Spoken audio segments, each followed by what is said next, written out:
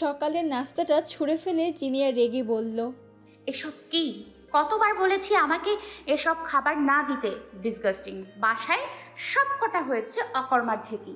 খাবারটাও মন মতো পাওয়া যাবে না। পাশে দাঁড়িয়ে রোহান থরথর করে কাঁপছে। এই বাসায় কাজ করছে সেই ৬-৭ বছর আগে থেকেই। তবে এই কাজটা যেন জীবনের কাঁটা হয়ে গেছে। জিনিয়া ম্যামের কারণে সবসময় ভয়ে ভয়ে থাকতে হয়। খাবার এদিক ওদিক হতেই জীবন নিয়ে টানাটানি। রেহান ভয়ে ভয়ে বলল, ম্যাডাম অন্য খাবার নিয়ে আসি। জিনিয়া রেগে বলল, চুপ! খাবারটাও বানাতে পারো না ঠিক মতো। ডিসগাস্টিং। উপর থেকে মিলি চোখ ডলতে ডলতে উঠে বলল, ওহ, আপুর মেজাজ আবারও গরম হয়ে গেছে। প্রতিদিন সকালে আপু এভাবেই রেগে যায় কেন? আমার ঘুমটার 12টা বাজিয়ে দেয় দৈনিক। খাট থেকে নেমে মিলি বাইরে চলে আসলো। জিনিয়া খাবারটা না খেয়ে চলে গেল। শাহনাজ বেগম জাহানারাকে ডেকে বলল, জাহানারা, এগুলো পরিষ্কার করো তো। মেয়েটা দৈনিক এমন করবে, পারি না মেয়েটাকে নিয়ে। কতবার বলেছি মেয়েটার বিয়ে দিয়ে দাও, তাহলে যদি মেয়েটা একটু পাল্টায়, কে শোনে আমার কথা? জাহানারা খাবার সার্ভ করতে করতে বলল, ম্যাডাম কোন ছেলের সাহস আছে যে আপামনিকে বিয়ে করবে? এই পর্যন্ত যত ছেলে দেখতে এসেছে প্রায় ছেলেকেই তো আপামনি মেরে লাল করে বিদায় করেছে। এই, তোকে এসব কে বলতে বলেছে? কাজ কর, যত জ্বালা আমার। আমি তো সত্যি কথাই বললাম। জিনিয়া গাড়িতে বসে অফিসে যাচ্ছে। মন মেজাজ খারাপ হয়ে আছে। এর মাঝেই শরীফ সাহেব মেয়েকে ফোন করলো। জিনিয়া ফোনটা হাতে নিয়ে রিসিভ করে বলল, মেয়ের গলার সুর শুনে উনি বুঝতে পারলো কিছু একটা হয়েছে। জিনিয়ার আব্বু বলল, কি ব্যাপার, আমার মেয়েকে ঠিক লাগছে না, হোয়াট হ্যাপেন্ড? আব্বু, বাসায় আমাকে ঠিক মতো কেউ খাবারটাও দিতে পারে না। সব কটা ফাঁকিবাজ। আচ্ছা এই ব্যাপার, আচ্ছা কুল, অফিসে গিয়ে খেয়ে নিস। শোন, আমি তো সিঙ্গাপুর থেকে আসতে পারবো না পরশু। মানে কেন? আরে এখানে আমাদের কোম্পানি যে প্রজেক্টটা নিয়েছিল সেটার জন্য আরও কিছুদিন সময় লাগবে। সো আমাকে আরও কয়েকটা দিন থাকতে হবে। ওই দিকটা তো তুই আসিস। ওকে, আমি এদিকে হ্যান্ডেল করে নিব। গুড, রাখছি, কেমন? ওকে। ফোনটা রেখে জিনিয়া বলল, মনির, কি ব্যাপার? অফিসে যেতে কি বছর কেটে যাবে নাকি? আর কতক্ষণ লাগবে? মনির মনে মনে বলল, হয়ে গেল। কেন যে আমাকেই ম্যাডামের ড্রাইভার হতে হলো? জীবনটা নিয়ে এখন টানাটানি। মনির বলল, ম্যাডাম আর একটু, আসলে যেই জ্যাম হয়েছে। আমি কিছুই শুনতে চাই না, জলদি করো। ওকে ওকে। এদিকে মিলির ক্লাসমেট সিয়াম মিলিকে কল করতেই মিলি ফোনটা ধরে বলল, কে? আরে আমি শিয়াম। এই নাম্বারটা আবার কার? নতুন নিয়েছি। আচ্ছা কলেজে আসবি কখন? আসবো একটু পর। কেন? জলদি আয়, আজকে কলেজে অনুষ্ঠান আছে না, নবীন বরণের। ও হ্যাঁ, আচ্ছা আমি ফ্রেশ হয়ে আসি। এই আপু কি আসবে নাকি তোকে দিতে? জিনি আপু? হ্যাঁ। না, আপু তো অফিস চলে গেছে। যাক বাঁচলাম। তোর আপুকে তো বোনের সিংহর মতো লাগে বুঝলি, দেখলেই জ্বর চলে আসে।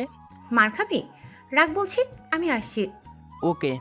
এদিকে জিনিয়ার গাড়ি বেশ কিছু দূর আসতেই হঠাৎ করে ঝাঁকি দিয়ে থেমে গেল। জিনিয়া বলল, হোয়াট হ্যাপেন্ড? ম্যাডাম বুঝতে পারছি না। তো বসে আছো কেন? চেক করো। হ্যাঁ করছি। মনির গাড়ি থেকে নেমে গাড়িটা চেক করতে লাগলো।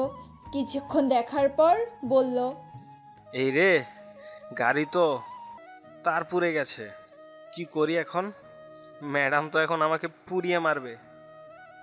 জিনিয়া বাইরে বের হয়ে এসে বলল, কি হলো? মনির ভয়ে ভয়ে বলল, ম্যাডাম গাড়ি তো চলবে না। কেন, কি হলো? তার পুড়ে গেছে। জিনিয়া গাড়িতে হিট করে বলল, জ্যাম। গাড়ি চেক করে আনতে পারো না? গাড়ি চালাও আর গাড়ির খবর জানো না? তোমাকে রেখেছি কিসের জন্য? আমি এখন অফিস যাব কি করে? ম্যাডাম আমি মেকানিক নিয়ে আসছি। আর আমি এখানে বসে থাকবো? হঠাৎ রাফি পাশ থেকে ডেকে বলল, আরে মনির, এখানে কি করো? ম্যাডামকে দিয়ে এসেছো? গাড়িটা খারাপ হয়ে গেছে। কি বলো, খারাপ হয়ে গেছে? আহারে মনির, তোর ভাগ্যটা ভালো রে। ম্যাডাম যদি এখন থাকতো তাহলে তোর যে কি হতো। ভাগ্য ভালো ম্যাডামকে দিয়ে এসেছিস। আসলে ম্যাডাম জানি জানি, তোকে বলতে হবে না। ম্যাডাম যে রাগী। কি আর করার, এমন ম্যাডাম তাকালে এমনেরই হয়। দেখ না, আমরাই তো পারি না, পুরো অফিসটাকে জেলখানা বানিয়ে রেখেছে। না পারি বলতে, না পারি কিছু করতে। আমাদের ম্যাডাম একটা সাইকো, বুঝলি, একদম পাগল। মনির ভয়ে ভয়ে হেসে বলল, আপনার নাম যেন কি? রাফি, মনে নেই? সেদিনও তো বললাম। না মানে রাফি সাহেব, আমার মনে হয় আপনার চাকরিটা আর টিকবে না। কেন এমনভাবে বলছিস যেন ম্যাডাম আমার কথা শুনে আমার চাকরি নিয়ে নেবে? আরে ম্যাডাম তো নেই।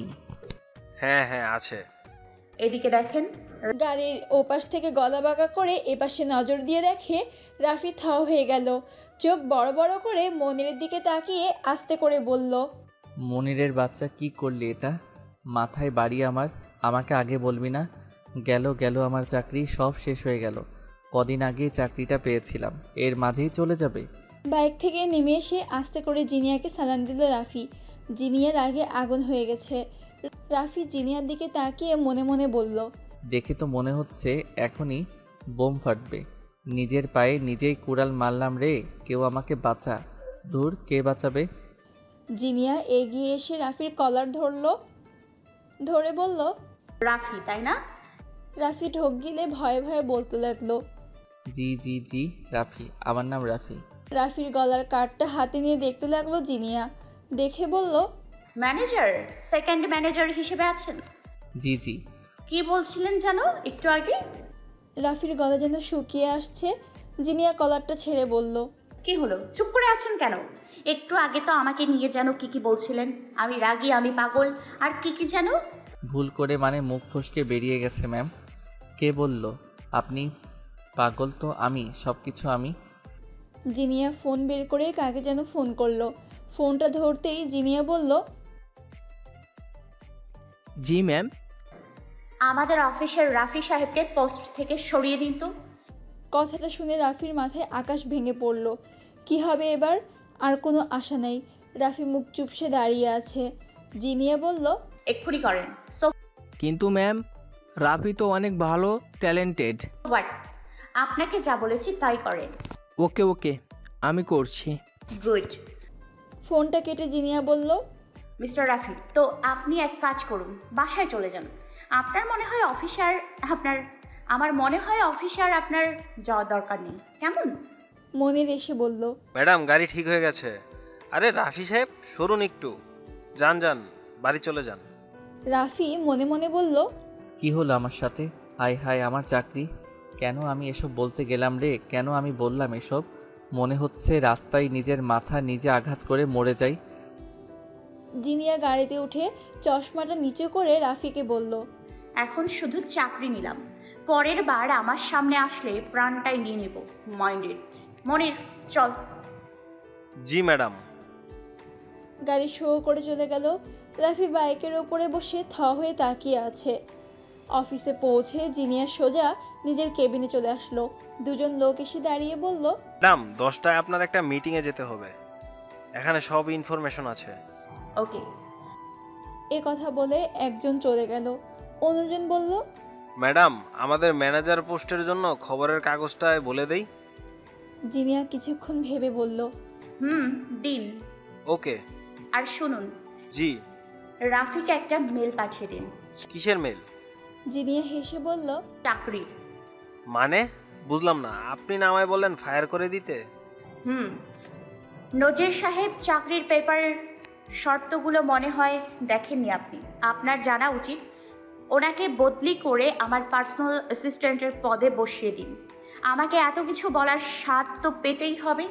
এত জলদি কিসের চাকরি থেকে তাড়ানোর? Do it quickly.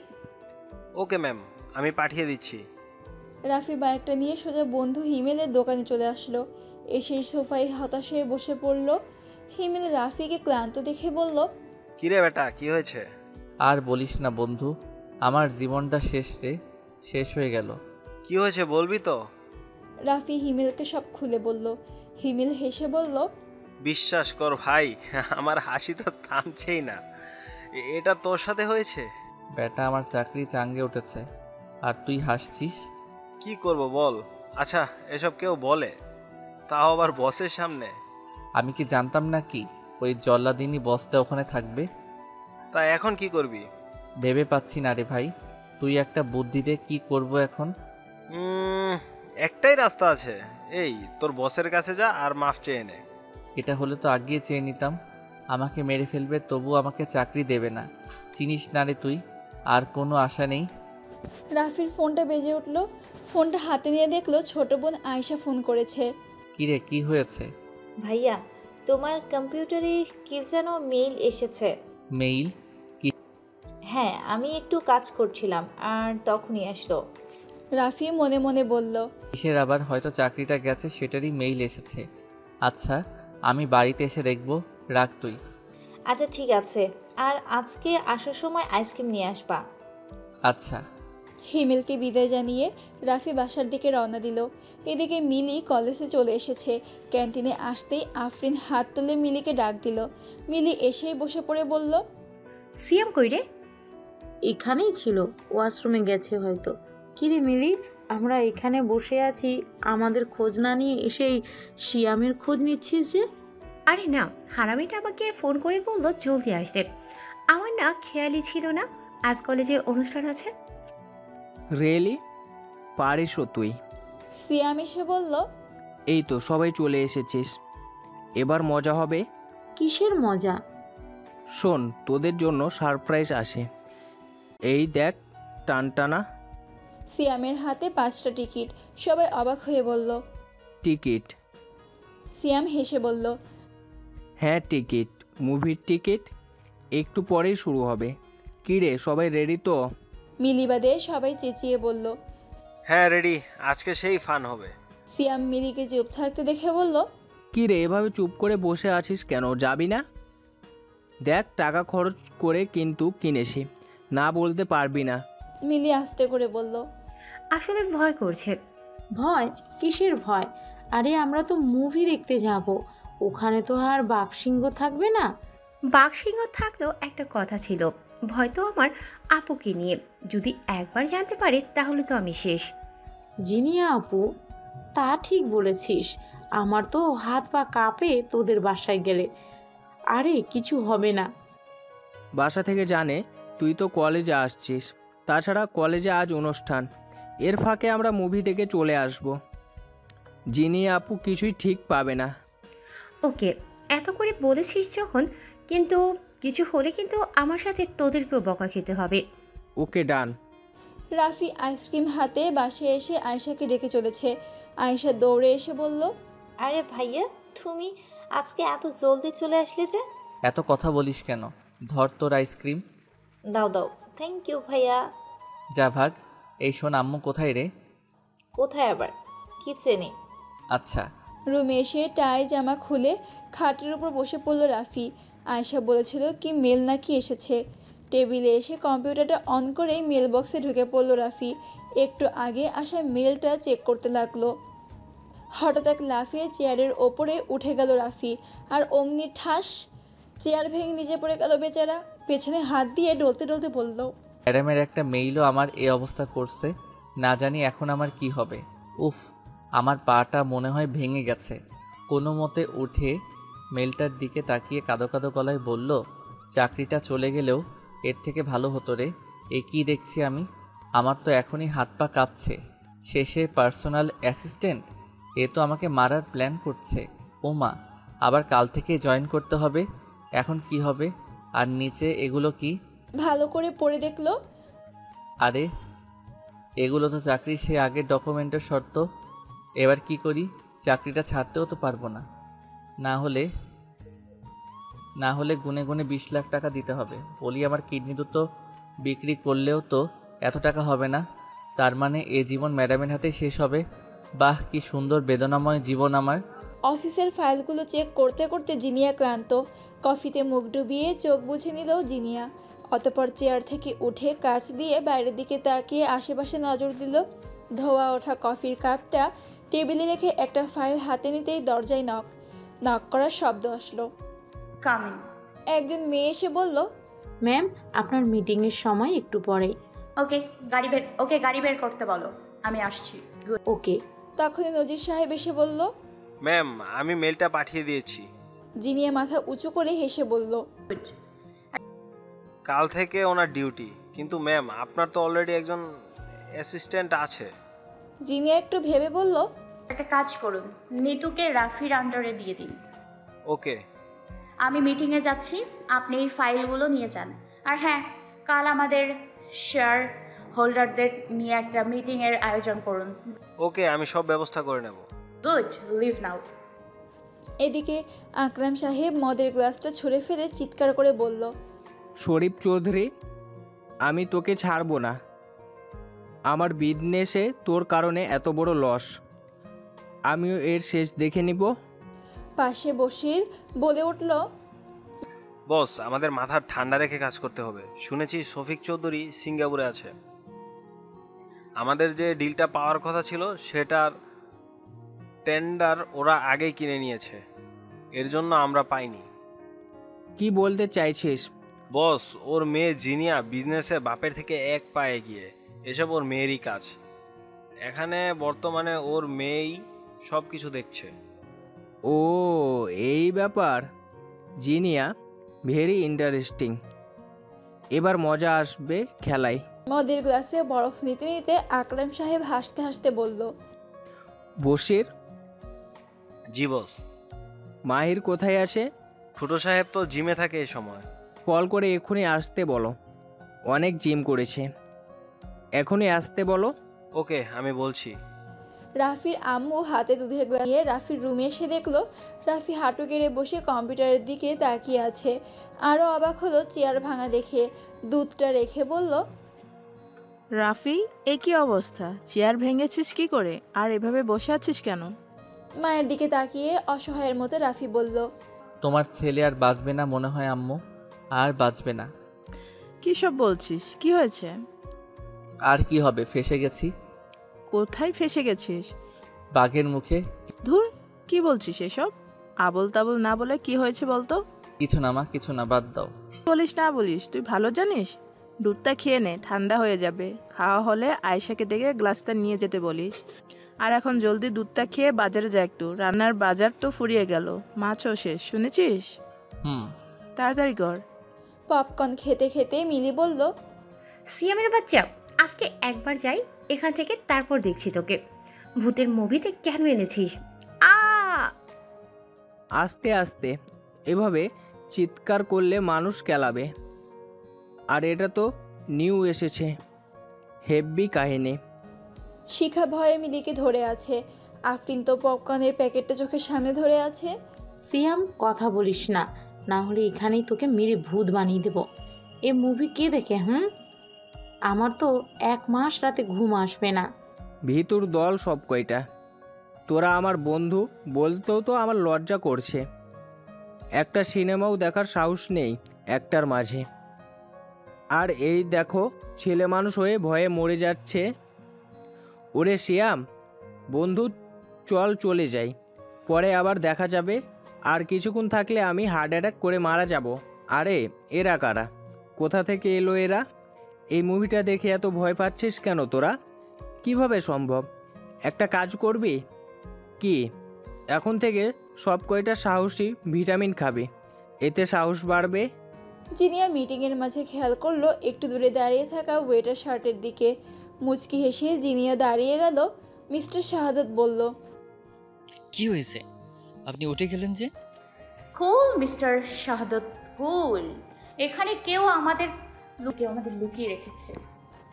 মিস্টার শাহাদাত অবাক হয়ে বলল, কি, আমাদের লুকিয়ে দেখছে? কার হাতে বড় সাহস? কে দেখছে আমাদের? জিনিয়া আস্তে আস্তে ওয়েটারের দিকে এগিয়ে গেল। ওয়েটার মনে মনে ঘাবড়ে গেল। পাশে থাকা বডিগার্ডকে জিনিয়া ইশারা করতে ওয়েটারকে ধরে ফেলল। জিনিয়া শার্টের একটা বোতাম টান দিয়ে খুলে বলল, ভেরি স্মার্ট, আমার সাথে চালাকি। সাথে সাথে একজন বডিগার্ড ওয়েটারকে একটা থাপ্পড় মেরে বলল, সবটা বলে ফেল, না হলে বেঁচে থাকবি না। ওয়েটারটা কাঁপতে কাঁপতে বলল, আমাকে ছেড়ে দিন, আমি কিছু করিনি, আমি এসব ইচ্ছা করে করিনি, প্লিজ আমাকে ছেড়ে দিন। জিনিয়া বলল, কে বলেছে এসব করতে? ম্যাডাম, আমি জানি না, আমাকে একজন এসে বলল 1 লাখ টাকা দেবে যদি আমি এই বটম ক্যামেরাটা এখানে আনি। আমার ফ্যামিলির খুব টাকার দরকার, তাই আমি এটা করতে বাধ্য হয়েছি। আমায় এছাড়া কিছু জানি না, লোকটাকেও চিনি না। আমাকে মাফ করে দিন, এবারের মতো আমাকে ছেড়ে দিন। জিনিয়া ইশারা করতেই গার্ডরা ওয়েটারকে নিয়ে গেল। জিনিয়া এসে বসে পড়ল, সামনে ক্যামেরাটা রেখে বলল, মিস্টার শাহাদত, এই যে এটার মাধ্যমেই কেউ একজন আমাদের দেখছিল। ক্যামেরাটা হাতে নিয়ে মিস্টার শাহাদত অবাক হয়ে বলল, এ তো অনেক অ্যাডভান্স ক্যামেরা, কিন্তু কে করবে এসব? যেই করুক, এটা শিওর যে সে আমার আর আপনাদের কোম্পানির ওপর নজর রাখছে। আপনাকে এর জন্য প্রশংসা করতে হয়। এতদিন শুনেছিলাম যে আপনি বিজনেস ইন্ডাস্ট্রিতে একজন টপ খেলোয়াড়, আর তার ছোট একটা নমুনাও দেখে নিলাম। জিনিয়া মুচকি হেসে বলল, আরে বাদ দিন, এত প্রশংসা হজম হবে না। দুজনেই হেসে উঠল। মুহূর্তের মাঝে জিনিয়া সিরিয়াস হয়ে বলল, তাহলে আমাদের ডিলটা ফাইনাল? অফকোর্স, আমরা খুশি যে আমাদের প্রজেক্টে আপনাদের ইনভেস্ট থাকবে। সাইনটা করুন। ও হ্যাঁ, অবশ্যই। জিনিয়া উঠে বলল, ওয়েলকাম আরএমজি গ্রুপে। Thank you. আশা করি আমাদের দুই কোম্পানির রিলেশন অনেক দূর যাবে। অবশ্যই। আর হ্যাঁ, আগামী সপ্তাহে আমাদের কোম্পানিতে একটা ইভেন্ট আছে। আপনি যদি ইন্টারেস্টিং হন তাহলে আসতে পারেন। আপনাকে ইনভাইটেশন কার্ড পৌঁছে দেওয়া হবে। ওকে, আমি জানাবো। মিটিং শেষে জিনিয়া বেরিয়ে আসলো। গাড়িতে উঠে জিনিয়া কাকে যেন কল করলো। ওপাশ থেকে কল ধরতেই জিনিয়া বলল, নোভা গ্রুপের ইভেন্টের পুরো ডিটেলস বের করো, আর অ্যাকাউন্টে 5 লাখ টাকা গেছে, ওটা সবাইকে দিয়ে দাও। ওকে বস। জিনিয়া চশমা পরে ডেভিল হাসি দিয়ে বলল, জিনিয়াকে চেনো না? হ্যাঁ, জিনিয়াকে চেনো না? আন্ডারওয়ার্ল্ড আমার পায়ের নিচে, আর আমাকেই টেক্কা দেওয়ার চিন্তা। এদিকে রাফি বাজারের ব্যাগটা হাতে নিয়ে সব কিছু কিনে চলেছে। যে গরম পড়েছে তাতে ঘামের চোটেই বন্যা হয়ে যেতে পারে। বৃষ্টি মনে হয় এবছরের জন্য বিদায় নিয়ে মঙ্গল গ্রহে ছুটি কাটাতে চলে গেছে। কপালের ঘাম মুছে অবশেষে বাজারটা কমপ্লিট করে বাইকটা নিয়ে বাড়ির দিকে রওনা দিল রাফি। রাতে জিনিয়া রুমে বসে একটা ফাইল চেক করছিল, এমন সময় মিলি এসে বলল, আপু খাবি না? মিলির দিকে তাকিয়ে জিনিয়া বলল, ভেতরে আয়। মিলি ভেতরে আসলে জিনিয়া ফাইলটা দেখতে দেখতে বলল, কোথায় গিয়েছিলি সকালে? মিলি চমকে ওঠে মনে মনে বলল। মিলি ভয়ে ভয়ে মনে মনে বলল, হয়ে গেল, আপু মনে হয় জেনে গেছে, কিন্তু কি করে প্রতিবার জেনে যায়? কি করি এখন? জিনিয়া ফাইলটা বন্ধ করে মিলিকে বলল।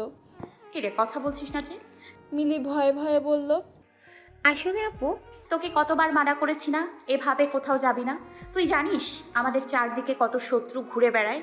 দিন দিন বড় হচ্ছিস আর বুদ্ধি কি কমছে নাকি? সরি আপু, বন্ধুরা এত করে বলছিল যে। আচ্ছা, আর হবে না, প্রমিস। মনে থাকে জানো? হুম। ডাইনিংয়ে সবাই এসছে? হ্যাঁ, তোমাকে ডাকতে বললো। আচ্ছা, আমার খাবারটা উপরে দিয়ে যেতে বল, আমি একটু বিজি আছি, আমার খেতে লেট হবে। আচ্ছা ঠিক আছে। মিলি দ্রুত রুম থেকে বেরিয়ে আসলো। বাইরে এসে হাফ ছেড়ে বলল, আজকের মতো বেঁচে গেছি। সুয়ামীর বাচ্চা বলে কি না আপু কিছু টের পাবে না। এখন তো সব জেনে বসে আছে। দাঁড়া, তোর হচ্ছে। কালকে কলেজে দেখাচ্ছি মজা। আমার হাত পা এখনও কাঁপছে। মিলি নিচে আসলে শাহনাজ বেগম বললেন, কি রে, তোর বোন কোথায়? আম্মু, আপু খাবারটা উপরে দিয়ে আসতে বলছে আপনাকে।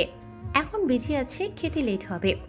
এই বাপ মেয়ের নিয়ে আর পারি না, সারাদিন বিজনেস আর বিজনেস। এইদিকে মেয়েটার বিয়ের বয়স হয়ে গেল, সেদিকেও তোর বাপের কোনো খেয়াল নেই। ঠিকই বলেছ আম্মু, আপুর একটা বিয়ে দিয়ে দেওয়া উচিত। বাসায় অনুষ্ঠান হবে, কত আয়োজন হবে, খুব মজা হবে। আমার কথা কি শুনে তোর বাপ?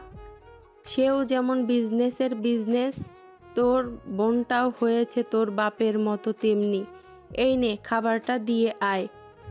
না বাবা, আমি পারছি না, আপু অনেক রেগে আছে। কেন, কি হয়েছে আবার? কিছু না, মনে হলো তাই। আমি দিয়ে আসতে পারবো না। তাহলে কে দিয়ে আসবে? মিলি মুচকি হেসে বলল, রেহান ভাইয়া, তুমি খাবারটা দিয়ে এসো।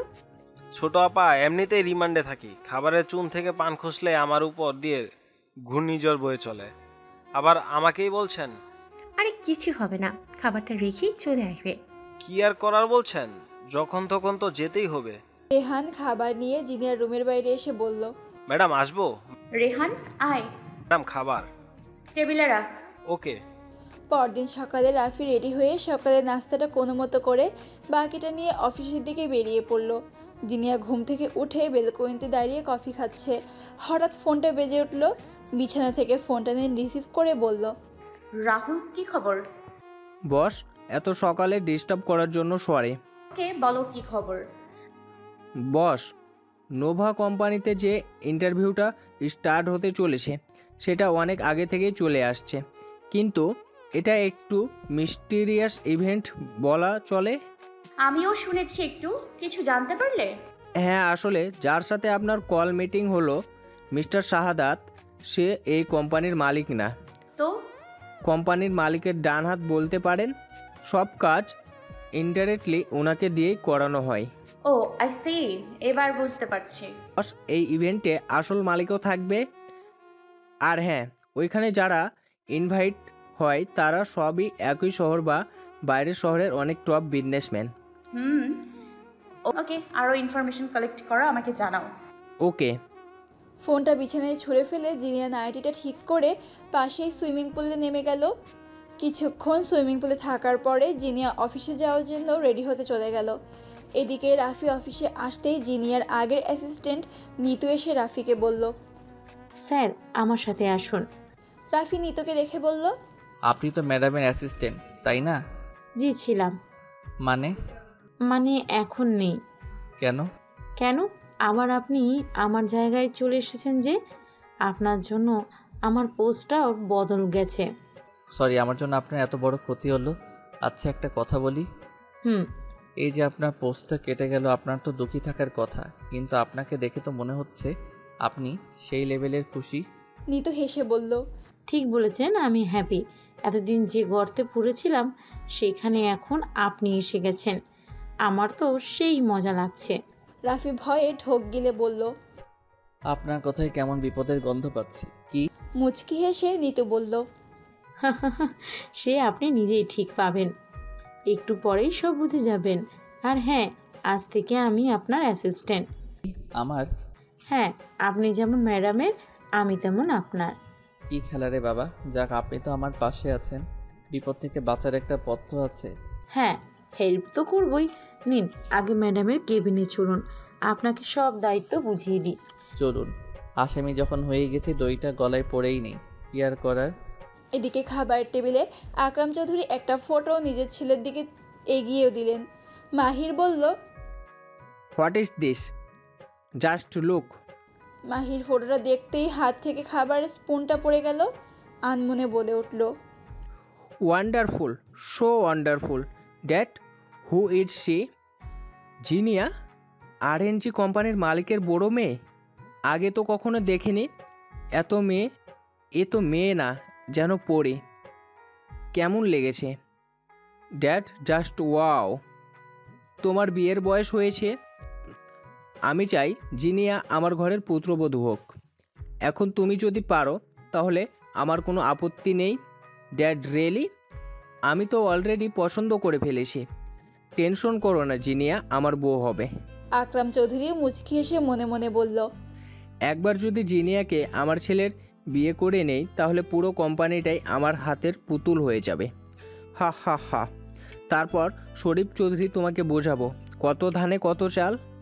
মাহির বলল, ড্যাড, আমাকে ওর সম্পর্কে কিছু জানতে হবে। আই মিন, ও কি করে, কি পছন্দ, কোথায় যায় আসে। Don't worry Bashir. G boss. Senior ব্যাপারে যে ফাইলটা আনতে বলেছিলাম এনেছিস? জি বস। ওটা মাহিরকে দিয়ে দিস। মাহির ওখানে জিনিয়ার ব্যাপারে সব কিছু পেয়ে যাবে। Good luck. শুভ সংবাদটা আশা করি খুব শীঘ্রই পাবো। Of course dad. এদিকে মিলি কলেজে এসে মুখ ফুলিয়ে বসে আছে। সিয়াম সবাইকে বোঝালেও মিলি এখনও বোঝার মুড়ে নেই। আফরিন বলল, জিনিয়া আপুর চোখ দুটো নাড়ে কমপক্ষে 10-12টা হবে মনে হয়। আমি ভাবছি জানলো কি করে? কাল তো আমরা অনেক সাবধানে গিয়েছিলাম। আমি বলছিলাম না আপু সব জানতে পারবে। এখন বিশ্বাস হলো তো? বকা তো আমি শুনেছি, তোরা তো আর শুনিসনি। আচ্ছা সরি, বললাম তো আর হবে না। এরপর থেকে আমরা আপুর কাছ থেকে পারমিশন নিয়ে যাব। সবাই চোখ বড় বড় করে সিয়ামের দিকে তাকিয়ে বলল, কে নেবে পারমিশন? কে আবার? আমরা সবাই। সবাই রিকোয়েস্ট করলে আপু নিশ্চয়ই মানবে। যতই হোক উনিও তো মানুষ। গাধা একটা, মুখে বড় বড় কথা বললেই হয় না, করে দেখাতে হয়। আচ্ছা, তোদের বিশ্বাস হচ্ছে না তো? আচ্ছা ঠিক আছে, এরপর তোরা খালি আমার সাথে থাকবি, বাকিটা আমি দেখে নেব। সবাই হেসে উঠল। সিয়াম বিড়বিড় করে বলল, কি হলো? এরা দেখছি আমাকে সিরিয়াসলি নিচ্ছেই না, আমিও দেখিয়ে দিব। হ্যাঁ। জিনিয়া অফিসে এসে নিজের কেবিনে আসলে দেখলো রাফি আর নিতু আগে থেকে চলে এসেছে। জিনিয়াকে দেখে নিতু সোজা হয়ে দাঁড়িয়ে গেল, বলল, good morning ma'am. Morning. Rafi কি বলবে বুঝতে পারছে না, তাই নিতুর দেখা দেখি রাফিও বলল, গুড মর্নিং ম্যাম। জিনিয়া চেয়ারে বসে পায়ের ওপর পা তুলে বলল, নিতু সব কিছু বুঝিয়ে দিয়েছ? জি ম্যাম, আমি সব কিছু স্যারকে বুঝিয়ে দিয়েছি। গুড, দাঁড়িয়ে না থেকে কাজে লেগে পড়ো। আর মিস্টার রাফি, জি জি ম্যাম। পাশের কেবিনটা আপনার। রাফি পাশে তাকিয়ে দেখলো পাশের রুমটা। জিনিয়া বলল, অফিস টাইমে আমি একদম লেট পছন্দ করি না, মনে রাখবেন। রাফি বলল, ম্যাম একটা রিকোয়েস্ট। বলুন। দয়া করে আমার সাথে নিতু মানে ওনাকে থাকার পারমিশন দিন। নিতু এখন আপনার অ্যাসিস্ট্যান্ট, এটা আপনার ব্যাপার। Thanks ma'am. রাফি নিতুকে ইশারায় কেবিনে যেতে বলল। জিনিয়া একটা ফাইল নিয়ে বলল, রাফি সাহেব, জি ম্যাম। পুরো অফিসের আপডেট আমার 5 মিনিটের ভেতর চাই। হ্যাঁ, এই পুরো অফিসের? জি, শোনেননি? কথাটা শুনে রাফির মাথাটা ঘুরে গেল। মনে মনে বলল, আসতে না আসতেই মেরে ফেলার চিন্তা করছে নাকি? এই অফিস কি বাজারের পানের দোকান নাকি? এত বিশাল অফিসের আপডেট 5 মিনিটে? এ তো 5 দিনও সম্ভব না। রাফির চেহারাটা দেখে জিনিয়া মুচকি হাসলো। হাসিটা লুকিয়ে কড়া গলায় বলল, কি হলো? দাঁড়িয়ে আছেন কেন? না না কিছু না, আমি এখনই আনছি। জলদি। ওকে। পাশের কেবিনে এসে রাফি মাথা ধরে বলল, কি বিপদ? এই পুরো অফিসের আপডেট 5 মিনিটে কি দেওয়া সম্ভব? আচ্ছা নিতু, এটা আপনি কি করে করতেন? নিতু মুচকি হেসে বলল, জানি না তো, কারণ এমন কাজ আমাকে এই কয়েক বছর ম্যাম দেয়নি। কি লে হালুয়া? বলি, আমাকে তাহলে কেন দিল? জানি না। আমার তো দুঃখে কান্দা আসতেছে। একটু কাজ করি, আমি কিছু টিস্যু বক্স আনিয়ে রাখি। কেন? আপনার কান্না মুছতে কাজে লাগবে স্যার। রাফি নিতুর দিকে অসহায়ের মতো তাকিয়ে মনে মনে বলল, আমার এদিকে ফেটে হয়ে যাচ্ছে, আর এই মেয়ে আমার বিপদে মজা নিচ্ছে। একটা কথা লোকে ঠিকই বলে যে বিপদে পড়লে পিঁপড়াও হাতিকে লাথি মারে। নিতু আমাকে কিছু একটা আইডিয়া দিন, কি করব আমি? সেটা তো আপনাকে বের করতে হবে, আমাকে শুধু বলুন আমি কি করব। নিতুর কথা শুনে রাফি বলল, থাক, কিছু করতে হবে না, আমি কিছু একটা ভাবছি। রাফি এদিকে একবার যাচ্ছে আবার ওদিকে যাচ্ছে, কিছুতেই কিছু একটা ভেবে পাচ্ছে না। কাচের ভেতর দিয়ে এসব দেখে জিনিয়া মুচকি হেসে বলল, মজা বুঝবে এবার। আমাকে যা তা বলা, খেলা তো কেবল শুরু। আমি রাফি, মিস্টার রাফি, আগে তো অনেক কিছু দেখার বাকি আছে। আপাতত দেখি এই বিপদ থেকে কি করে বাঁচো তুমি। নীল। একটু পর নজির সাহেব দরজা নক করলে জিনিয়া ওনাকে ভেতরে ডেকে নিল। ম্যাম, বস একটা মেল পাঠিয়েছে। মিল, আমাকে তো কিছু জানালো না আব্বু। এই দেখুন। মেলটা দেখে জিনিয়া বলল, সিঙ্গাপুর যেতে হবে। জি, কালকে ফ্লাইট বুকিং করা হয়েছে। আব্বু তো কিছুই জানালো না। ওকে, আমি দেখছি। ওকে। জিনিয়া রাফিকে ডাকলো। রাফি জলদি এসে মাথা নিচু করে বলল, ম্যাম আমার আর একটু সময় চাই, অলরেডি হয়ে গেছে। জিনিয়া সিরিয়াস হয়ে বলল, আমাকে কি এটা মনে করিয়ে দিতে হবে যে আপনি আমার পার্সোনাল অ্যাসিস্ট্যান্ট? একদম না। কি হয়েছে ম্যাম? আপনার কাছে কোনো মেল আসেনি? মেইল? হ্যাঁ, মেল। 1 মিনিট। রাফি দৌড়ে এসে ল্যাপটপটা এনে দেখলো একটা মেল এসেছিল। এই রে, তখন তো আমি ঘুমিয়ে পড়েছিলাম 2টোর দিকে, আর তারপর তো আমি খেয়ালই করিনি। আমি তো মনে করেছিলাম আমার চাকরিটা সকাল থেকে শুরু হবে, কে জানতো যে রাত 2টো থেকেই শুরু হয়ে যাবে। কি আছে মেলটাতে? এটা আপনার আব্বু পাঠিয়েছে। জিনিয়া রেগে বলল, রাফি সাহেব, হোয়াট ইজ দিস? আব্বু, আপনি কি বাসায় আছেন? আমার আব্বু আপনার কি হয়? বস। আমার বস হয়, মানে প্রথম বস। প্রথম বস মানে কি?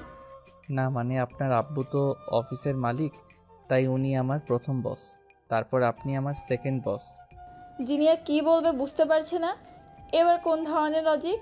রাফি জিনিয়ার রাগি মুখ দেখে বিড়বিড় করে বলল, ঠিক আছে, আপনি আমার সব কী সব? আই মিন আমার প্রথম দ্বিতীয় সব বস। রাফি সাহেব, এরপর থেকে একটা ভুল হলে আপনার স্যালারি থেকে সেই ভুলের বেতনটাও কেটে নেওয়া হবে। কালকে যাওয়ার সব ব্যবস্থা করুন। ওকে, আমি দেখছি। জিনিয়া বেরিয়ে গেল। রাফি নিতুকে ল্যাপটপটা দিয়ে বলল, কালকের সব ব্যবস্থা করুন আর আমাকে রাতে সব জানাবেন। এই বলে জিনিয়ার পেছনে পেছনে দৌড়ে চলে গেল রাফি। নিতু হাসতে হাসতে বলল, রাফি সাহেবের প্রথম দিনই তো হালুয়া টাইট, না জানি সামনে কি হবে। রাফি নিচে এসে গাড়ির দরজা খুলে দিল। জিনিয়া উঠে গেল। জিনিয়া ড্রাইভারকে বলল, আজ থেকে তুমি অন্য গাড়ি চালাবে। কেন ম্যাম? আজ থেকে ইনি আমার পার্মানেন্ট ড্রাইভার, আমার গাড়ির দায়িত্ব ওনার। ওকে। রাফি অবাক হয়ে তাকিয়ে আছে। শেষে এই পথটাও পাওয়ার বাকি ছিল। মনে হচ্ছে গাড়ির দরজায় মাথা ঢুকে 3-4 দিনের জন্য মরে যায়। আর সহ্য হচ্ছে না। জিনিয়া বলল, আমার লেট হচ্ছে। রাফি দ্রুত গাড়িতে বসে। জিনিয়া গাড়িতে বসে ফোন টিপে চলেছে। রাফি মনে মনে বলল, যাব কোথায় সেটাই তো জানি না। এদিকে মহারানী আরামসে বসে আছে। আমার মনে হয় ভুল করে মেয়ে হয়ে জন্মেছে। এর তো ওই কসাই হওয়ার কথা না হলে জলাদ হওয়ার কথা ছিল। রাফি বলে উঠল, ম্যাম, এখন কোথায় যাবেন? কোথায় যাব এখন? বাসায়। আপনার? জিনিয়া রেগে বলল, তো কি আপনার বাসায়? না না, কি যে বলেন ম্যাডাম, গরিবের বাড়ি আপনি কি করে যাবেন? সরি। খোঁচা মেরে কথা বললেন মনে হলো। কি যে বলেন ম্যাম, আমারই সাহস আছে নাকি? আসলে প্রথম দিন তো একটু নার্ভাস। হয়েছে, কথা না বলে গাড়ি চালান। ওকে। রাফি মনে মনে বলল, কথায় কথায় রেগে যাই। এ মনে হয় ওই মরিচ গালে নিয়ে জন্মেছিল, না হলে ওই রাগের অ্যাপ মাথায় সেট করে চলে সব সময়। এমন মেয়ে মানুষ পৃথিবীতে আছে, এটাই তো আশ্চর্যের। জিনিয়ার বাসায় আসতেই রাফি নেমে এসে দরজা খুলে দিল। জিনিয়া নেমে আসলে রাফি বলল, ম্যাম, আমি কি করব? নাচুন, পারবেন? না মানে আমি তো এটা পারি না, তবে চেষ্টা করলে যে হবে তারও গ্যারান্টি নেই। গাধা একটা, চলুন আমার সাথে। বাসার ভেতরে? জিনিয়া রাফির দিকে তাকিয়ে রাগী কণ্ঠে আস্তে করে বলল, রাফি সাহেব, আর ইউ ম্যাড? আপনাকে একবার বললে আপনি বোঝেন না কথা। আপনি আমার পার্সোনাল অ্যাসিস্ট্যান্ট, তাই আপনাকে তো আমার সঙ্গে থাকতে হবে নাকি? না মানে? মানে নিজের বাসায় গিয়ে করবেন, এখানে না। চলুন এবার। জিনিয়া ভিতরে চলে গেল। সাথে সাথে রাফিও চলে আসলো। এদিক ওদিক দেখে রাফি ভাবল, কি বিশাল বাড়ি, বড়লোকদের বাড়ি এমন হয় তাহলে। বাবা অনেক দামি দামি জিনিস, মনে হচ্ছে কোনো কল্পনার জগতে চলে এসে। রাফি আর চোখে এদিক ওদিক বারবার দেখে চলেছে। জিনিয়া নিজের রুমের দিকে যাচ্ছিল, অমনি সামনের দিকে জাহানারাকে শরবতের গ্লাস নিয়ে যেতে দেখে জিনিয়া বলল, জাহানারা। জি ম্যাডাম। আমার জন্য। আর কিছু বলার আগেই রাফি ঠাস করে ধাক্কা খেল জিনিয়ার সাথে। জাহানারার হাতের শরবতটা জিনিয়ার গায়ে পড়ে গেল। রাফি এটা দেখে ভয় পেয়ে গেল। ভ্যাবাচেকা হয়ে বলল, সরি ম্যাম, আমি ইচ্ছে করে করিনি। জাহানারা নিজেও ভয়ে কাঁপছে। ম্যাডাম যে মানুষ, তাতে এখন কি করবে কে জানে। জিনিয়া নিজেকে একবার দেখে রাগি চোখে রাফির দিকে তাকালো। রাফি আবারও বলল, সরি ম্যাম। সরি? রাফি সাহেব, আপনার চোখ কোথায় থাকে? হ্যাঁ, কোথায় মন থাকে আপনার? আমার স্যুটটা নষ্ট করে দিলেন। রাফি মাথা নিচু করে দাঁড়িয়ে আছে। জিনিয়া কোনো মতে রাগ সামনে জাহানারাকে বলল, দাঁড়িয়ে আছিস কেন? আমার রুমে কফি পাঠা। এই বলে জিনিয়া হন হন করে চলে গেল। রাফি ওখানে দাঁড়িয়ে আছে। জিনিয়া চলে গেলে রাফি আস্তে করে জাহানারাকে বলল, সরি, আমার জন্য আপনাকে কথা শুনতে হলো। আরে স্যার, ঠিক আছে, এইটা নতুন না ম্যাডাম, এমনি আমাদের অভ্যাস হয়ে গেছে। আমি তো মনে করলাম আপনাকে না কিছু করে। রাফি হঠাৎ খেয়াল করলো বাসার সবাই রাফির দিকে তাকিয়ে আছে। এটা দেখে রাফি কিছুটা নার্ভাস ফিল করছে। সিঁড়ি দিয়ে নামতে নামতে শাহনাজ বেগম বলল, কিরে জাহানারা, কি হলো? কিছু না। জিনিয়ার আওয়াজ পেলাম। রাফির দিকে নজর পড়তেই শাহনাজ বেগম বলল, তুমি কে? তোমাকে তো চিনতে পারলাম না। রাফি সালাম দিয়ে বলল, আমি রাফি, ম্যাডামের নতুন অ্যাসিস্ট্যান্ট। ও আচ্ছা, কি হয়েছে? মেয়েটার চিল্লানি শুনলাম। কিছু না ম্যাডাম, ওই জুসটা পড়ে গেছে আর কি। ও, আমার মেয়েটাও না সামান্য বিষয় নিয়ে যুদ্ধ বাঁধিয়ে দেয়। জিনিয়া রুমে এসে বলল, ওখানে ড্রয়ারে কিছু ফাইল আছে, ওগুলো বের করুন। কোনো উত্তর না পেয়ে পেছনে তাকিয়ে দেখলো রাফি নেই। জিনিয়া অবাক হয়ে বলল, কোথায় গেল? এমনিতেই এই অবস্থা, তার ওপর কোথায় হারিয়ে গেল এই বান্দর? জিনিয়া জোরে ডেকে বলল, রাফি! বাইরে থেকে ডাক শুনে রাফি আর কিছু না বলে এক দৌড়ে রুমে চলে গেল। জিনিয়া রেগে বলল, কোথায় হারিয়ে গিয়েছিলেন? ওই আপনার আম্মু, মানে ম্যাডামের কথা বলছিল। জিনিয়া রাফির কাছে এসে চেঁচিয়ে বলল, আপনাকে আমি কোন সময় মার্ডার করে ফেলবো আমি নিজেও জানি না। Ma'am sorry. সরির কথায় আগুন।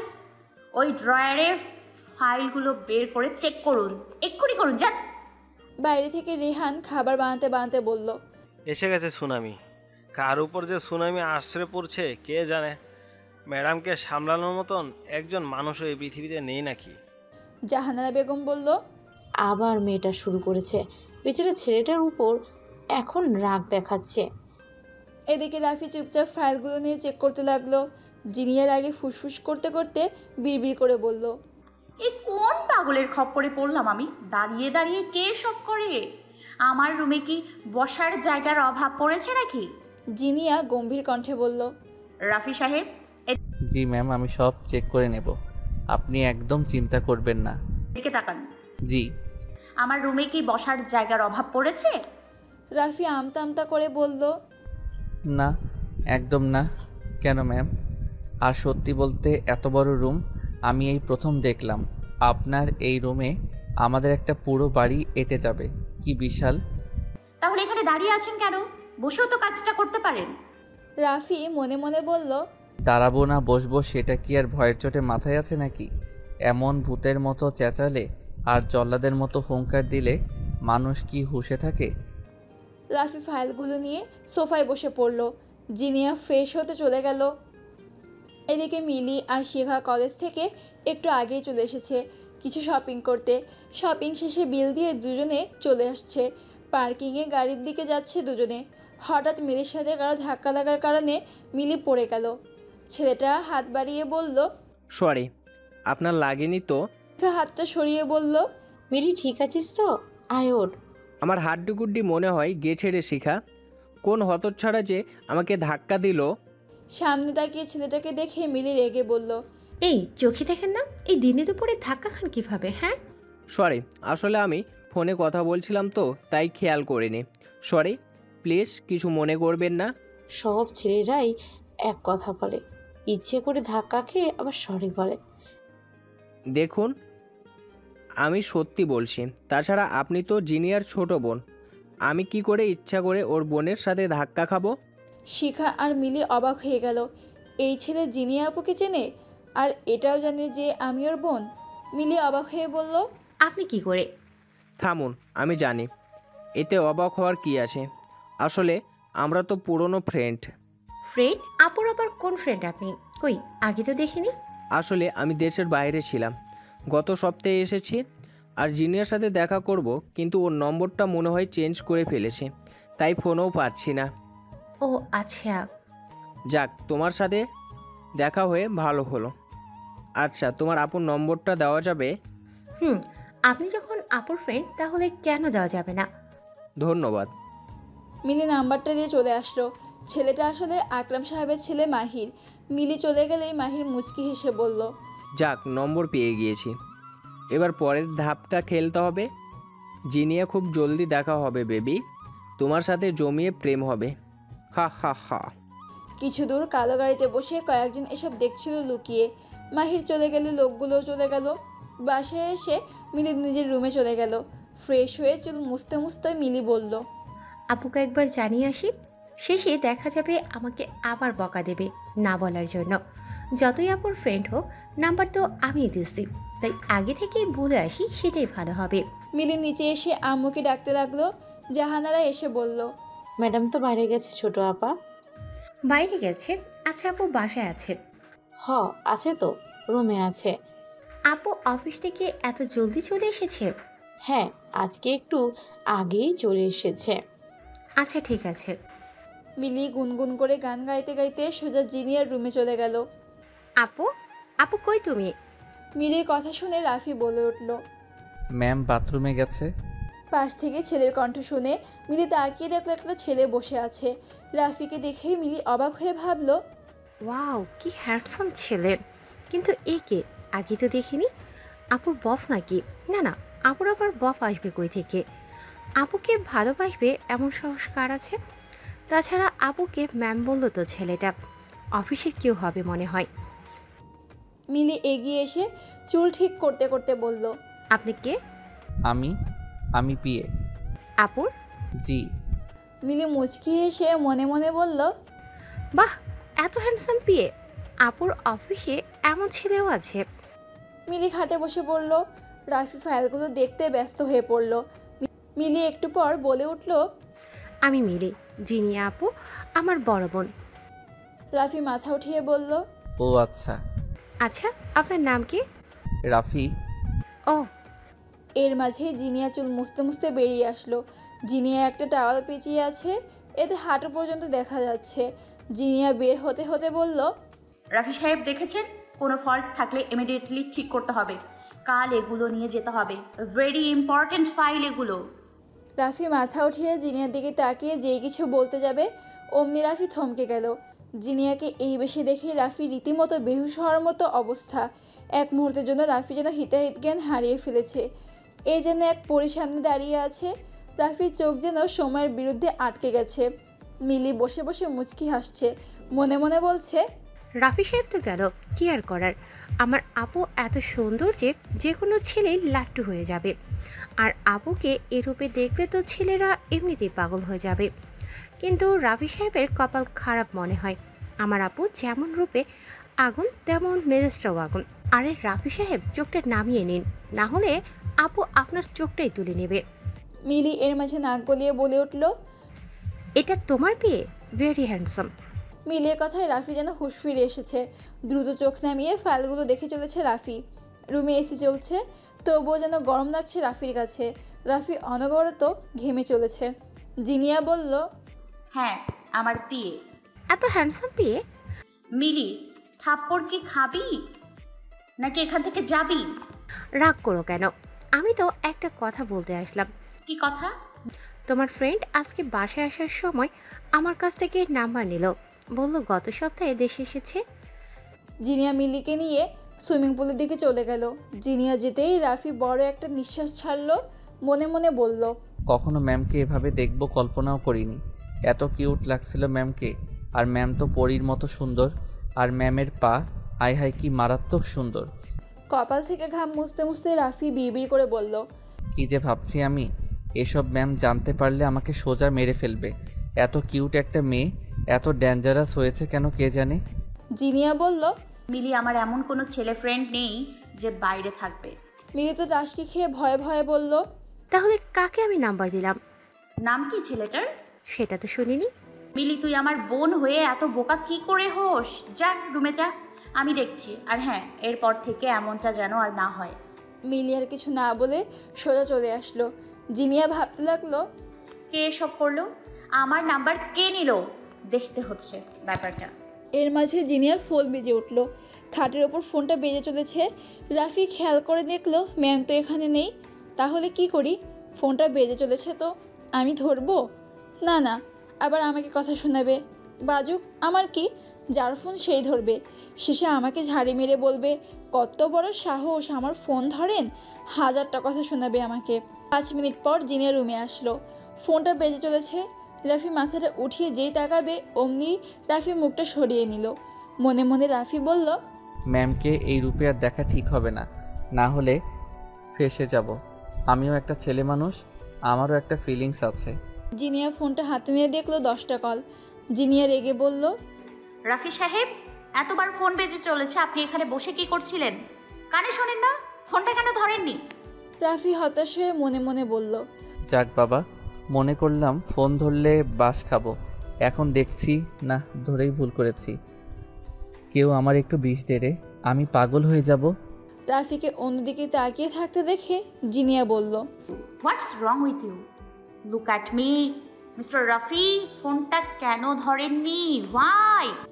রাফি মনে মনে বলল, কি এক হোয়াই হোয়াই লাগাই রাখছে, মনটাই চাচ্ছে জানালা ভেঙে পালিয়ে যাই। জানালা দিয়ে লাফ দিলে পরে যদি মরে যাই এই ভয়ে এখনো কিছু করছি না। আরে বাবা, ফোনটা ধরিনি, এটা বড় কোনো ব্যাপার হলো? জিনিয়া রেগে আগুন হয়ে গেল। আজ পর্যন্ত কেউ জিনিয়াকে এভাবে ইগনোর করতে দেখেনি। আর এই রাফির বাচ্চা কোনো কথারই উত্তর দিচ্ছে না। সাহস কত বড়!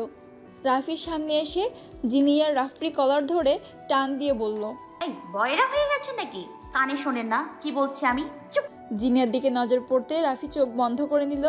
মনে মনে বলল, কি মুশকিল কি দেখছি আমি, ম্যাম এত হট, আয় হায় কি ভাবছি। ধুর, আমার কি দোষ? এমন ড্রেসে আমার সামনে আসলে আমি কি করব? জিনিয়া এবার আর সহ্য করতে না পেরে ঠাস করে রাফির গালে একটা চড় বসিয়ে দিল কষে। রাফি গালে হাত দিয়ে অবাক হয়ে জিনিয়ার দিকে তাকিয়ে বলল, ম্যাম। জিনিয়া রেগে বলল, না হলে ওই গালে আরেকটা ছাপ বসিয়ে দিব। আমার কথা এতক্ষণ কানে যাচ্ছিল না, এখন কি থাপ্পড়ে কান খুলেছে? রাফি আবারও অন্যদিকে মুখ ঘুরিয়ে গাল ডলতে ডলতে মনে মনে বলল, কি পাপ করেছিলাম আমি? কেন আমাকে এই বাঘিনীর গুহায় আসতে হলো? আমাকে তো চিড়ে কামড়ে খেয়ে নেবে। শালার চাকরিও যে এত বিপদের হয় কে জানতো। জিনিয়ার রাফির মুখ ধরে নিজের দিকে নিয়ে বলল, হোয়াট? নাথিং। তাহলে আমার দিকে তাকিয়ে কথা বলতে কি হচ্ছে? না মানে আপনি। আমি কি রাফি সাহেব? আমি আপনার বস। তো আমার সামনে মানে কিন্তু এসবের কোনো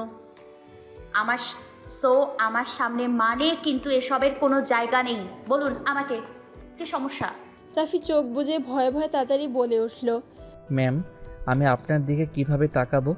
আপনি তো পড়ে আছেন, আর আপনাকে এভাবে খুব সুন্দর লাগছে। জিহ্বায় কামড় দিয়ে রাফি মনে মনে বলল, এই রে, মুখ ফসকে কি বলে ফেললাম, হয়ে গেল। এই গালেও এবার থাপ্পড়ের স্ট্যাম্প পড়বে শিওর। রাফি ওভাবেই চোখ বুজে আছে। থাপ্পড় মারলে এভাবেই মারুক, চোখ খুললে চেহারাটা দেখে আরও ভয় পেয়ে যাবে। রাফির এই কথা শুনে জিনিয়া অবাক হয়ে গেল। নিজেকে একবার দেখে জিনিয়া মনে মনে বলল, কি বললো রাফি? আমাকে এভাবে সুন্দর লাগছে? জিনিয়া নিজেও জানে না ওর মুখটা লাল হয়ে গেছে। জিনিয়া নিজেকে কেমন দুর্বল দুর্বল অনুভব করছে। নিজের গালে হাত দিয়ে জিনিয়া বিড়বিড় করে বলল, কি হচ্ছে এসব? কেমন নার্ভাস লাগছে। এই সামান্য কথায় আমার এমন লাগছে কেন? রাফির দিকে একবার তাকিয়ে জিনিয়া সুইমিং পুলের দিকে চলে গেল। 2 মিনিট যাওয়ার পর রাফি মনে মনে বলল, কি ব্যাপার, ম্যাম এখনও থাপ্পড় মারছে না যে, নাকি টাইমিং করছে? রাফি আস্তে আস্তে চোখ খুলে সামনে তাকিয়ে অবাক হয়ে গেল। আরে ম্যাম কোথায় গেল? কোথায়? আজব ব্যাপার, আমাকে কিছু না বলেই চলে গেল। চারদিকে ভালোভাবে দেখে রাফি বলল, কি হলো এটা? আমি তো ভাবলাম আজকে আমার অবস্থা খারাপ হয়ে যাবে। রাফি হেসে বলল, যাক, এই গালটা বেঁচেটা গেছে, হে হে, এটাই অনেক। জাহানারা রুমে এসে টেবিলের ওপর থেকে কফির কাপটা হাতে নিয়ে চলে যাওয়ার সময় দেখলো রাফি দাঁড়িয়ে আনমনে কি ভেবে চলেছে। রুমে যে কেউ এসেছে সেদিকে তার কোনো খেয়ালই নেই। রাফির পাশে এসে জাহানারা আস্তে করে বলল, ও স্যার, কিছু হারিয়ে গেছে নাকি? কি দেখে নিচে এভাবে, আমি খুঁজে দেব? রাফি আনমনেই বলে উঠল, আমি ভাবছি আমাকে কিছু বলল না কেন? কি বলেনি স্যার? আর কে বলেনি? আরে আমি তো। জাহানারার দিকে নজর পড়তেই রাফি চেঁচিয়ে উঠল। এটা দেখে জাহানারাও চেঁচিয়ে উঠল। রাফি বলল, আরে তুমি এখানে কি করছো? কাপ, এই যে কাপ নিতে এসেছি। ও কাপ, তা আমার পাশে কেন দাঁড়িয়ে আছো? আমি তো দেখছিলাম যে আপনি নিচের দিকে তাকিয়ে কি যেন দেখছিলেন। আমি ভাবলাম হয়তো কিছু হারিয়ে গেছে। জিজ্ঞাসা করতেই তো আপনি চিৎকার দিয়ে উঠলেন। ও না না, কিছু হারাইনি, আমি একটু চিন্তায় হারিয়ে গেছিলাম। যাও, তুমি যাও। আচ্ছা ঠিক আছে। জাহানারা চলে গেলে রাফি এসে সোফায় বসে পড়ল। হাতের ঘড়িটা দেখে বলল, বাবা, প্রায় তো বিকাল হয়ে গেল, ফাইলগুলো তো সব দেখলাম, ম্যাম কই গেল? কি করব এখন? কিছু বলেও গেল না। এদিকে আমার পেটে তো ক্ষুধার জ্বালায় হাতি ঘোড়া সব দৌড়াদৌড়ি করছে। জিনিয়া সুইমিং পুলে নেমে সাঁতার কাটছে। এতক্ষণ একটু ভালো লাগছে। রাফির মুখে ওই কথা শুনে কেমন যেন মাথাটা এলোমেলো হয়ে গিয়েছিল। জিনিয়া বলল, আমাকে এভাবে দেখে হয়তো রাফি আমার দিকে তাকাচ্ছিল না। ছেলেটা ইন্টারেস্টিং আছে। আচ্ছা, আমার সামনে আবার ভালো সাজার নাটক করছে না তো? ছেলে মানুষ বলে বিশ্বাস নেই, সুন্দরী মেয়ে আর আমার মতো এমন মেয়ে দেখলে কোনো ছেলে ঠিক থাকতে পারবে না। হ্যাঁ, তবে এটাও ঠিক যে এমন সাহস কারো নেই। এমন সাহস কেউ দেখালে আমি তাকে দুনিয়া থেকেই টাটা করে দিতাম। রাফি পেটে হাত দিয়ে বসে বসে ভাবছে। কি করি এখন? ম্যাম মনে হয় পুলে আছে, যাব ওখানে? না না, যে কাপড়ে ম্যাম আছে সেটা দেখলে আমি অজ্ঞান হয়ে যাব। একটা কাজ করি, হ্যাঁ ফোন করি একটা, এটাই ভালো হবে। বাহ, বুদ্ধিটা সেই। ম্যামের সামনেও যাওয়া লাগলো না, আর কাজও হয়ে যাবে, থাপ্পড়েরও ভয় থাকলো না। হ্যাঁ হ্যাঁ। জিনিয়া নিজের ফোনটা বাজতে দেখে পুল থেকে উঠে ফোনটা ধরে বলল, হ্যালো। হ্যালো ম্যাম, আমি কে? আপনার পিএ রাফি সাহেব। জিনিয়া অবাক হয়ে ফোনের দিকে তাকিয়ে আবার নিজের রুমের দিকে তাকালো। ফোনটা কানে নিয়ে রেগে বলল, রাফি সাহেব, আপনি আমাকে না জানিয়ে চলে গেলেন কিভাবে? এত বড় সাহস কি করে হলো আপনার? না না ম্যাম, আমার এমন সাহস আছে নাকি? আমি জানি যে আমি গর্তে পড়ে গেছি, চাইলেও উঠতে পারবো না। আমি রুমেই আছি ম্যাম। রুমে আছেন? তাহলে ফোন করেছেন কেন? পাগল নাকি আপনি? এই যে এদিকে তাকান, আমি এখানে আছি। জানি ম্যাম, আসলে আমি বলছি যে ফাইল তো চেক করা হয়ে গেছে।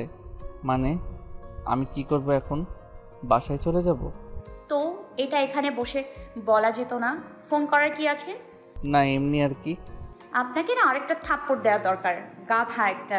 যান, বাসায় যান। আর হ্যাঁ, কালকে আমাকে ঠিক টাইমে পিক করে নেবেন।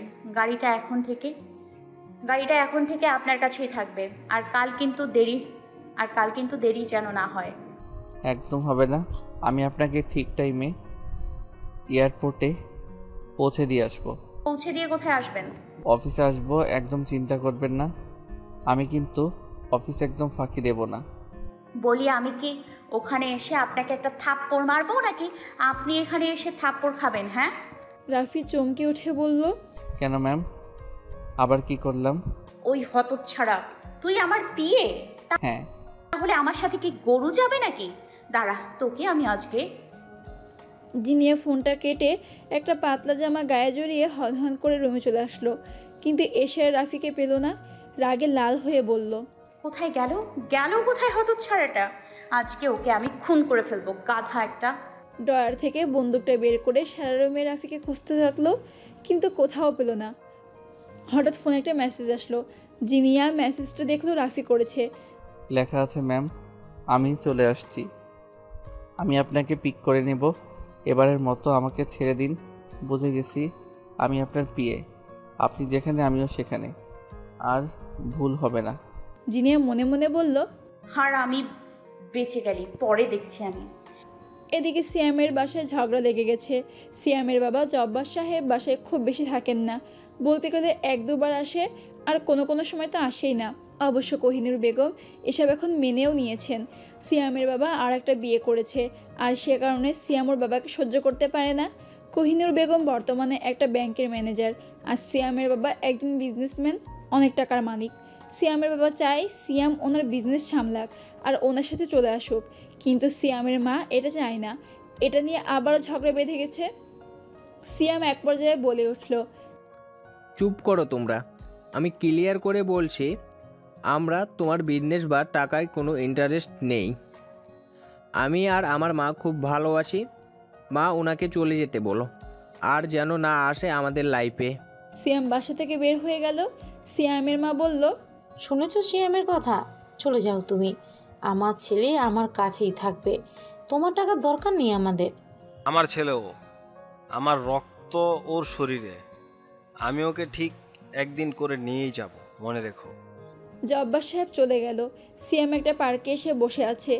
এসব যেন আর নিতে পারছে না সিয়াম। হঠাৎ সিয়ামের ফোনটা বেজে উঠল। বিরক্ত হয়ে বলল, হ্যালো সিয়াম, আমি মিলি। কই তুই? বাসায়। কেন? কিরে, কি হয়েছে তোর? গলায় এমন লাগছে কেন? আব্বু এসেছে আবার। মিলি বুঝতে পেরে বলল, তুই কোথায়? পার্কে বসে আছি। Eco park? আমি আসছি। মিলি ফোনটা রেখে দিল। জলদি রেডি হয়ে বাইরে এসে ড্রাইভারকে নিয়ে বেরিয়ে গেল মিলি। এদিকে রাফি বাসায় এসে আয়নার সামনে বসে আছে। গালটা ভালো করে দেখে চলেছে রাফি। 5টা আঙ্গুলের ছাপ বসে গেছে। গালটাও কেমন ব্যথা করছে। আয়েশা খাবার নিয়ে এসে বলল, ভাইয়া খেয়ে নাও, খাবার গরম করে দিচ্ছে আম্মু। টেবিলের ওপর রাখো। এতক্ষণ বাথরুমে কি করছো? 1 ঘন্টারও বেশি হয়ে গেছে। রাফি বাথরুম থেকে বের হতে হতে বলল, চুটকি বেশি কথা বলিস না, কই খাবারটা দে, চরম ক্ষুধা লাগছে। এই যে সব দেওয়া আছে। রাফির গালে নজর পড়তেই আয়শা বলল, ভাইয়া তোমার গালে কি হয়েছে? টিস্যু লাগিয়ে রেখেছো যে? ও কিছু না, ফেসের কেয়ার নিচ্ছি বুঝলি, দাগ পড়ে না এতে। আমাকে বলতে আমি তোমাকে মুখে দেওয়ার ওইগুলো এনে দিতাম। টিস্যু নেয় নাকি কেউ? রাফি মনে মনে বলল, কি জ্বালা, একে তো অফিসের প্যারায় থাকতে হয়, এখন বাসাতেও শান্তি নেই, কি করে বলবো এ দাগ সেই দাগ। না রে বোন। রাফি বলল,